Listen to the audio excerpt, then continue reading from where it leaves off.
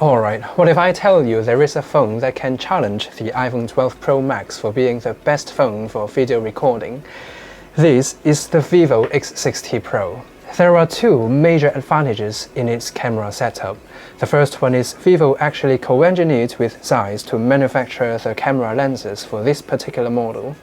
It's not like any other phone with a Zeiss label or branding. They actually designed the lenses with Zeiss. Here we can actually see Vario Tessar lens. They've also implemented some advanced technology which we rarely see on any other smartphones. For instance, Gimbal Stabilization 2.0, more on that in a bit. But other than just the camera setup, Vivo actually impressed me by their build quality as well. So honestly, I've been using this Vivo X60 Pro for quite a while, but my daily drivers still the iPhone 12 Pro Max and the S21 Ultra by Samsung. Due to basically all my finance apps are on the iPhone, and I just can't forget the quad camera setup on the S21 Ultra as well. But this particular one here basically feels exactly the same in terms of the build quality, with a design which is refreshingly sleek and smooth, with this 7.59mm of thinness and 177 grams of lightness. Combines with the AG glass with satin finish on the back and the overall curvature of both the front and the back glass. The phone is honestly almost too thin and light to hold. I do mean it, you might need a case to add some grip to the phone. The design and the build quality, they've definitely nailed it. It does feel like a genuine flagship phone. It does come with an in-screen fingerprint sensor for fast and secure unlocks. Oh, there are some downsides which are worth mentioning, however, that it actually lacks any sort of IP certified water and dust resistance, and it also lacks wireless charging, micro SD card support and dual speakers. Ouch. Anyway, the screen here is also really beautiful.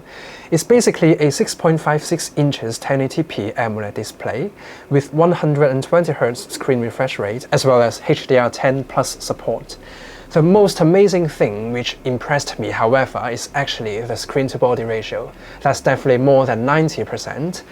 Plus the 3D curve on both the sides and the super thin bezels on all the sides. I do feel like I'm holding just the screen with this all-screen, almost no bezel design. Color reproduction of this display is also great. Colors are vivid and engaging, but not completely accurate. There are a few modes here in the settings menu. Standard mode is basically based on DCI-P3 color gamut, but the calibration here is not perfect, with a delta E reported to be larger than 3. I can definitely notice there are some oversaturated look to the display, while professional mode is a pretty accurate sRGB profile, while bright is basically an extended DCI-P3 color gamut with even more saturated colors, and so none of the modes deliver perfect color accuracy. But to my eyes, or probably your eyes as well, the screen looks beautiful with intriguing colors and which is engaging. The bottom single firing speaker and no 3.5mm headphone jack is definitely a thumbs down, by the way. We can just check it out right now. The sound is on the thinner and lighter, softer side.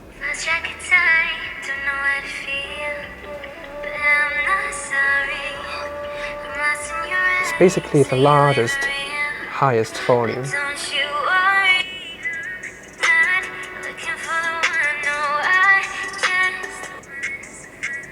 Anyway, with a beautiful screen that you might get addicted to, a smooth and responsive UI will also be crucial for the overall user experience. This particular X60 Pro here is the international version being sold in Hong Kong and around the world as well. They do have a different model with different specifications for the one being sold in China. But anyway, the one you all will be getting here packs the Snapdragon 870 processor, which is a further overclocked Snapdragon 865 Plus, with a roughly 10% boost in its CPU and GPU performance. It uses the last gen 7nm manufacturing process. However, it's arguably more mature due to it is reported that the latest Snapdragon 888 actually generates more heat than most systems designed to handle. Now, here we've run Geekbench 5 for 5 times consecutively. Now, the X60 Pro actually outperformed the Poco F3, which uses the same Snapdragon 870. The scores here are actually closer to phones with the Snapdragon 888, with less heat produced under heavy loading over a relatively long period of time. So the X60 Pro basically was able to squeeze the maximum processing power of the Snapdragon 870 throughout the test. There was almost no thermal throttling observed, which made it perform even better than most other Snapdragon 888 phones in the last run. Similar results was created by running 3D Mark Slingshot Extreme for 5 times, with noticeably better thermals than phones comes with the Snapdragon 888. Despite it's actually based on the Snapdragon 870, but Vivo did a really great job in squeezing the last bit of juice out of the Snapdragon 870. Anyway, now's the time to test out the camera setup. The two major strong points here for this camera setup is, of course, the collaboration with Zeiss, as well as the gimbal stabilization technology. So Zeiss, the X60 Pro here, surprisingly implemented a technology called pixel shift. If you're into high-end DSLR or mirrorless cameras, you might have heard of this term. It basically alleviates color fringing and chromatic effect once and for all. As a result, the photos come out of this phone will be much sharper. Now, this is more about optics than just the megapixels count. What also amazed me is it actually shoots at f1.4 rate, which is, if I'm not wrong, the largest aperture on any smartphone. There is also a 13 megapixels ultra-wide-angle lens and a 13 megapixels 2x optical zoom lens as well. The image signal processing on this phone here is also credible, that it contributes to the natural-looking details. All the edges on each of the leaves are perfectly sharp, but not over-sharpened. It looks like the photos are optically sharp, but not digitally sharp, if you know what I mean. Dynamic range here is also perfect. You can basically expect top-of-the-line image signal processing on this phone.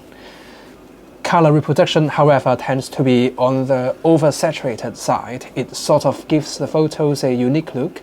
Believe it or not, it turns harsh lighting into perfect lighting.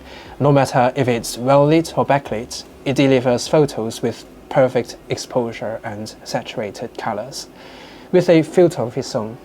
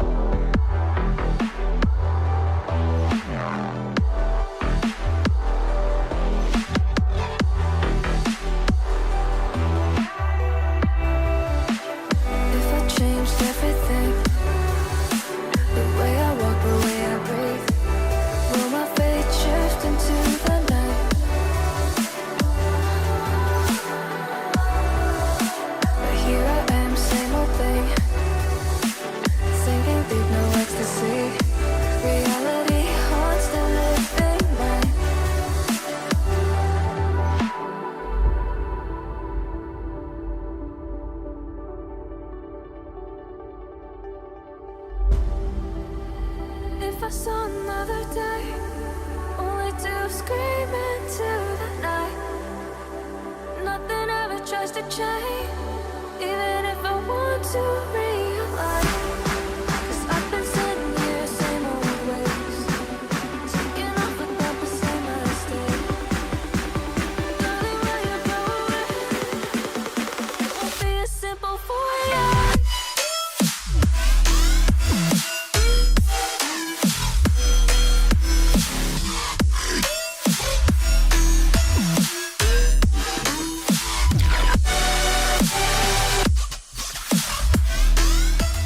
Now, the gimbal stabilization technology here, this is the second generation, and I've tested the first one as well.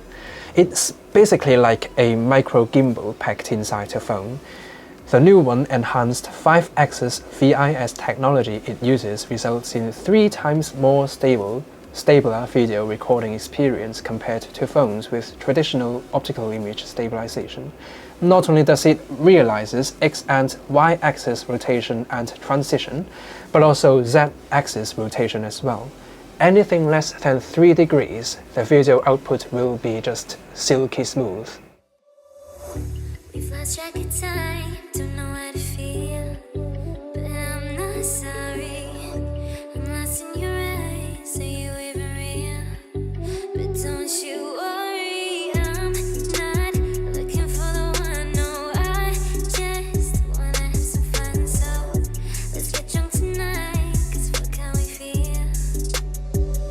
But for now, I won't give it all away, cause I don't think I'll stay. No, I can't be the only one who doesn't wanna fall in love. Doesn't wanna fall in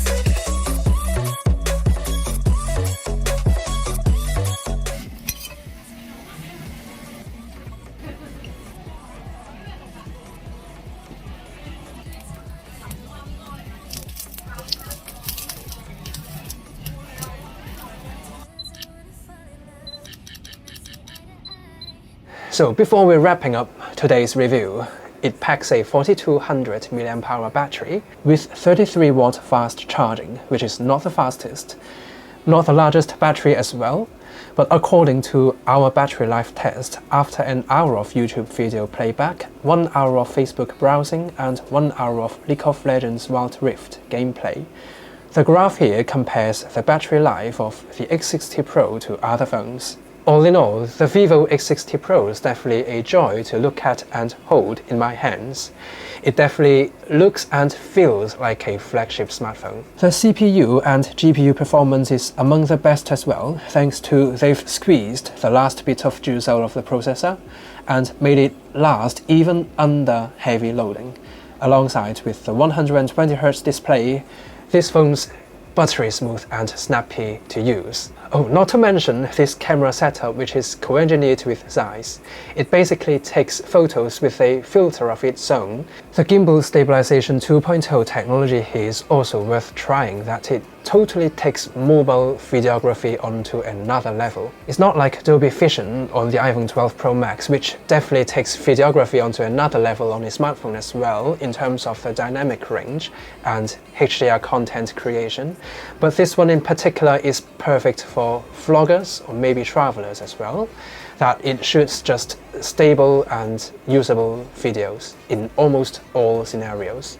The major compromises here, however, are the single down-firing bottom-firing speaker, the lack of wireless charging, the lack of headphone jack and IP rating water and dust resistance, and maybe the price as well. But this totally depends on where you're living and how you get this phone. But generally speaking, it's not targeted to be a flagship killer, but a flagship phone itself. So with a similar amount of money, you might consider purchasing the Samsung Galaxy S21 as well. Anyway, this is the end of my video today. Hope you all enjoyed watching it, and stay tuned for more English content like this in the future, and don't forget to subscribe. See you all next time.